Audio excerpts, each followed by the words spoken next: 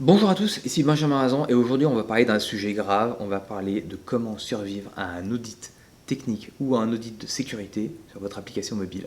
Mais avant ça, je vous rappelle que vous pouvez toujours vous inscrire à la masterclass en cliquant sur le lien dans la description, dans laquelle je vous explique comment Google, Facebook et Spotify font pour développer des applications parfaites et en un rien de temps. Et ça n'a absolument rien à voir avec le fait qu'ils ont une armée de développeurs à leur service. Non, ils utilisent des techniques de développement et des technologies qui vous sont accessibles pour réaliser leurs applications de manière rapide et parfaite. Et je vous explique tout ça, comment ils font, comment vous pouvez les exploiter et à quel point c'est bénéfique pour vos applications dans cette masterclass, dont laquelle vous pouvez vous inscrire grâce au lien qui est dans la description.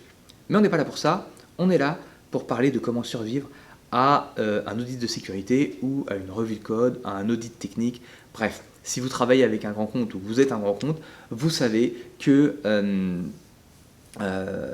votre IT global ou votre service technique peut arriver et demander un audit de l'application que vous êtes en train de faire développer. Nous, on en est à notre 10e audit de sécurité ou revue de code. Alors pour être précis, on en est à, voilà, on a fait 7 audits de sécurité et 3 revues de code. C'est toujours un grand compte qui fait ça, et ça se passe toujours de la manière la plus horrible qui soit. Au début du projet, vous ne parlez quasiment pas à l'IT, donc tout va bien, on discute, on travaille, on conçoit, on développe, on valide, tout ça, trop bien, trop chouette, on fait une super appli.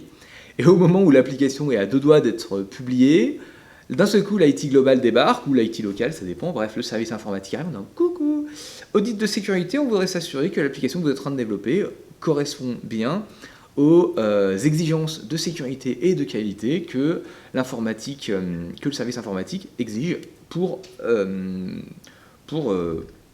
l'entreprise. Et donc ils prennent votre appli. Alors ça, vous allez le voir venir en tant qu'agence ou en tant que développeur, vous allez le voir venir parce qu'ils vont commencer à vous demander des accès.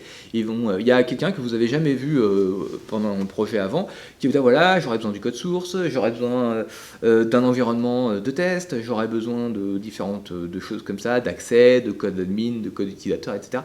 Qu'il va vous demander tout un environnement pour pouvoir travailler dessus et notamment faire son audit. Alors, un audit de sécurité ou une revue de code, c'est pas exactement le même niveau d'implication. Souvent, un audit de sécurité, ils vont pas regarder le code, ils vont juste demander un accès et ils vont balancer un outil qu'on appelle de pen test, de penetration testing, qui va tenter de pirater votre app et voir un peu si ça passe ou pas. Ça là-dessus, il faut faire un peu gaffe, faut pas lésiner sur le SSL, la sécurisation, les clés d'API, bien faire ce genre de choses. Et surtout, évidemment, les choses les plus basiques, les mots de passe pas en clair, c'est vraiment le minimum. Toutes les communications entre le back-office et l'appli via du SSL. Bon, c'est des choses un peu basiques, mais c'est important de les faire. La revue de code, alors là, pour le coup, c'est un peu plus compliqué parce que c'est un petit peu comme les goûts et les couleurs. C'est-à-dire que vous allez avoir... Alors nous, on l'a vécu une fois, où ils nous ont demandé quasiment de recoder toute l'appli pour revoir le nom des variables, ce qui n'a aucun impact sur la qualité technique de l'appli, mais voilà, sur l'utilisation des noms, des fonctions, des méthodes, des classes, bref. Ils nous ont demandé de faire un énorme travail de renommage et de réorganisation de notre appli. Ça nous a pris beaucoup de temps, et en fait, ils ont fait ça parce qu'ils voulaient la reprendre à leur compte après et la redévelopper. Donc il fallait que ça rentre un peu dans leur framework. D'ailleurs, ils ont accepté de financer le recodage et la restandardisation à leurs exigences de cette appli. Et après, ils ont fait passer pareil à un outil d'analyse de code. C'est pas un mec qui regarde et qui vous regarde vos 30 000 lignes et qui se dit « Oh, ça c'est bien, ça c'est pas bien ». Non, il y a des outils qui analysent ça et qui disent « Ah, tiens, là il y a du copier-coller, là on dirait qu'il y a des failles de sécurité, là il y a des choses comme ça. » Bref, il y a des choses qui s'analysent de manière automatisée. Donc généralement, ça vous fait des super rapports de l'enfer avec des centaines de pages avec toutes les erreurs qui ont été identifiées. Généralement, elles sont toutes classifiées, que ce soit l'audit de sécurité et la revue de code. Elles sont en gros classées en 3 grandes catégories, les trucs critiques, les trucs majeurs, les trucs mineurs. Les infractions critiques, majeures et mineures. Critiques, généralement, il n'y a pas de débat, il faut les corriger. et c'est gratuit, enfin je veux dire, vous ne serez jamais payé pour corriger des infractions gratuites, des infractions critiques, ça c'est impossible, enfin c'est normal, hein, je veux dire, quand même, c'est censé être un professionnel, vous ne pouvez pas laisser des erreurs critiques dans l'app. Alors des erreurs critiques, c'est voilà, des failles de sécurité très graves, des grosses failles de sécurité ou vraiment des énormes faiblesses dans la qualité du code.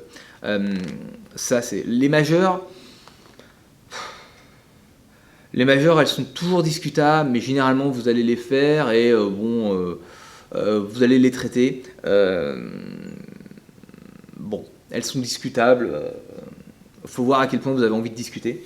Mais globalement, la plupart du temps, elles sont discutables, mais souvent, prenez-les à votre compte et surtout intégrez-les dans vos process de développement pour la suite. C'est hyper important. Et les mineurs, ça dépend un peu, mais généralement on peut les passer, parce qu'en fait les mineurs sont là juste pour faire du zèle de la part du service informatique qui dit regardez, on a quand même vu même les petits trucs dans les détails, bon en fait c'est l'outil qui a trouvé, mais peu importe. Et donc voilà, donc c'est un peu pour faire du zèle, où généralement ça passe à la trappe, on les fait pas, parce que c'est très mineur et souvent ça n'a aucun impact ni sur la sécurité ni sur la qualité de l'application. Donc voilà.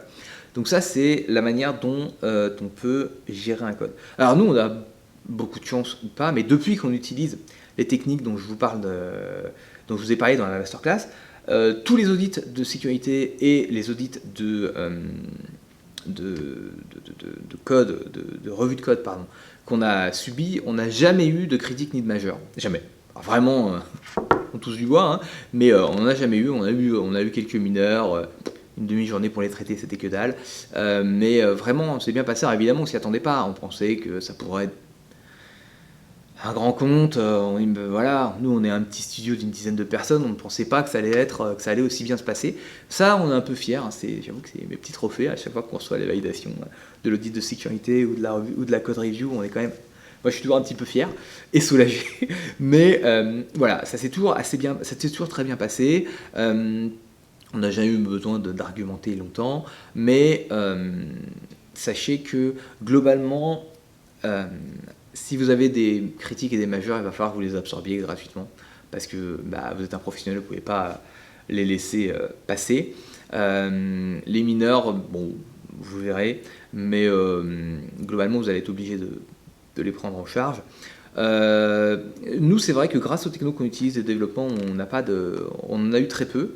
On n'a eu que des mineurs et à chaque fois, on n'a jamais eu de majeur ni de critique, donc vraiment, on est hyper satisfait là-dessus. Et voilà, d'ailleurs, si ça vous intéresse, vous pouvez toujours vous inscrire à la masterclass dans laquelle je vous explique comment Google, Facebook et Spotify notamment font pour développer des applications parfaites et en un rien de temps. Mais ça n'a absolument rien à voir avec le fait qu'ils ont des armées de développeurs à leur service, non, c'est pas comme ça qu'ils font. Ils ont des techniques de développement et des technologies qu'ils utilisent et qui vous sont accessibles et qu'on utilise nous aussi pour le développement de nos applications mobiles pour nos clients, afin de les rendre aussi parfaites et aussi rapides. Je vous présente toutes ces techniques et à quel point elles sont bénéfiques pour vous et comment elles peuvent vous être bénéfiques dans cette masterclass dans laquelle vous pouvez vous inscrire. Le lien est dans la description, profitez-en. Voilà un petit peu tout ce que j'avais à vous dire sur les audits techniques et les revues de code. J'espère que ça vous aura plu et moi je vous dis à bientôt.